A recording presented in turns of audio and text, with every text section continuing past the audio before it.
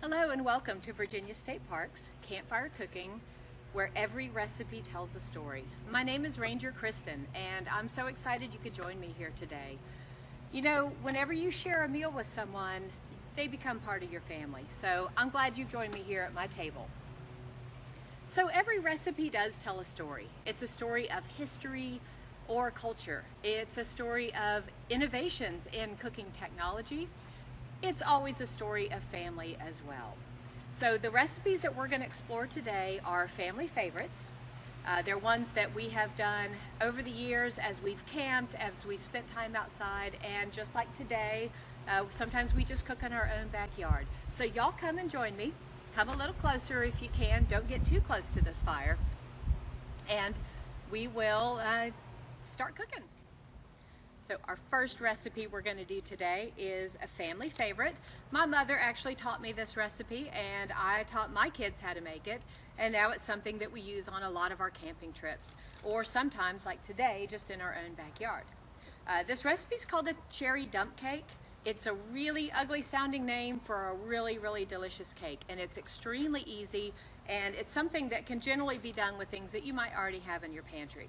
So we are doing cherry today, but I've made this with peach, and I've made this with apple and blueberry and all kinds of other fruit, and it's just as good no matter what you use. So the first thing we're going to do is take our Dutch oven liner, which is just a piece of parchment paper that's cut to fit inside of a Dutch oven. A Dutch oven like this one is made specifically for cooking over a campfire. You can buy them for your oven as well. If you don't have a Dutch oven or you don't have a fire to cook over, this recipe works just as well with a Pyrex dish. So you can still make this at home for your family. So what we're going to do is start with, sorry about the farm sounds in the background, I am filming this from home. What we're going to do is start with a 20-ounce can of crushed pineapple. And you want to keep the liquid in it, and I like to use the one that's made and cooked with, that's canned with pineapple juice and not in syrup, because it gets a little too sweet otherwise. And so just like the name implies, you're simply going to dump that in. Make sure you get all of that out. Don't want to waste anything. And the only thing you have to do is kind of spread it out along the bottom and make sure it's evenly coated. And so the next layer is, like I said, I'm using cherry pie filling this time. And there again, you're just going to dump it out right on top. And make sure you get every little bit of that out. There is a lot of sort of a jelly in there that you want to get, because that will mix in with the next part that you put in, which is just a plain cake mix. This is really good with chocolate cake. My family actually prefers classic yellow, and I'm making this for them today, so that's what we're going to use. So again, as the name implies, once again, we are just going to dump it in there. And excuse my fingers, no one but my kids and husband and dad are going to be eating this, so I'm just going to spread that around. And so here is one of the most important parts. It's a whole stick of butter. Don't skimp on this. Don't use anything less. If you don't do dairy, you can use margarine, but don't try to go with half a stick or you'll be really sad with how it turns out. And so I've cut it into little squares, and we're just going to put this around the top and coat it evenly. And I'm going to show y'all this in just a minute. So we're starting with dessert first, even though we're not going to eat dessert first, because this is going to take a whole lot longer to cook than our main dish will. And no matter what, you always want to make sure you have dessert, right? So maybe our foil packs and hobo packs we're going to make later today don't turn out so well. It doesn't really matter because you're going to have cake. So I know when I camp with my family, we tend to do a lot of exploring. We hike, or we kayak, or we canoe, or we go fishing. We like to go to interpretive programs when they're offered. And we just like to see the space that we're in. And often we're out doing that for a really long time. By the time we get back to the campsite, we're hungry and we're tired and we're hot, and we really want to do something quick and easy. So these recipes that I'm showing you today, That's exactly what there are. They're quick, easy recipes that are still really delicious and really nutritious. Okay, maybe this isn't very nutritious, but it's still very delicious. So what I've got here is all my ingredients in that pan. Hopefully you can see that there. And we're gonna put our lid on. So this is a 12-inch Dutch oven. It actually says it right there, it's 12. That means it's 12 inches across. And it's called an oven because you can actually get about a 350-degree oven going in this. And we do that by using charcoal. You can certainly use just hot coals from your fire, but it's a whole lot easier to get something more exact if you use charcoal. So if it's 12 inches, the rule is to get 350 degrees is you add 2 to the top and you subtract 2 from the bottom. So we will, with the 12-inch Dutch oven, we'll put 14 coals on top and we'll put 10 coals on the bottom. So right over here, I've got my coals going, and I'm going to start with my 10 on the bottom because it's just a little bit easier. So 1, 2, 3, 4, 5, 6, 7, 8, 9, 10. And then we're going to set this right on top of those coals. Make sure that handle's out of the way. And then I'm going to put my 14 coals right on top. And then we're just going to let that sit for about 30 minutes before we even take a peek at it. So we'll be right back. We're going to take a little peek, and then we're also going to go ahead and put our foil packs together. I'll see you in just a minute. We are going to start assembling our Surf and Turf foil packs. I have chosen ingredients that I know my family loves, but if there's anything in here that you don't like, you know your family won't eat, or you're allergic to, or you don't eat for some reason or other, just leave it out, or maybe substitute with something else.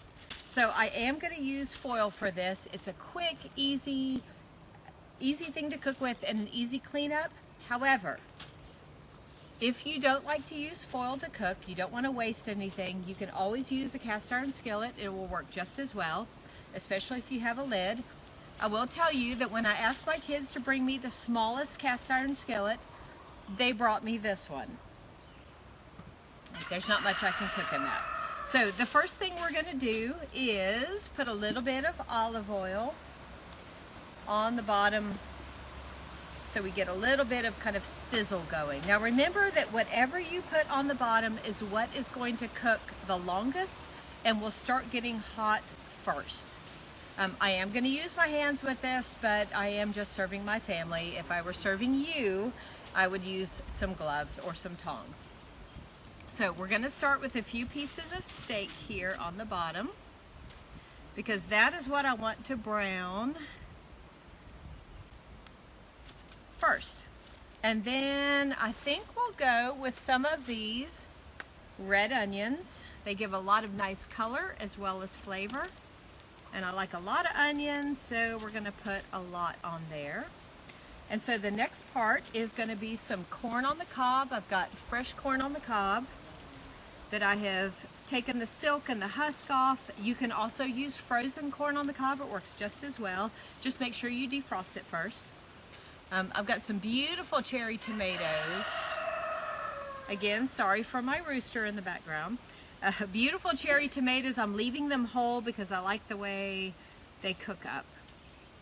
And then I'm going to put fresh sliced garlic on top. And the very last thing that's going to go on these is the the surf part of our surf and turf, which is some peeled, deveined shrimp.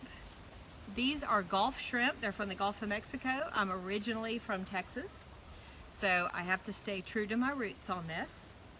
And then I'm going to put a little bit more of my olive oil. I do not use extra virgin olive oil when I'm cooking because the light olive oil, it has a much higher cook point, so I like to use that.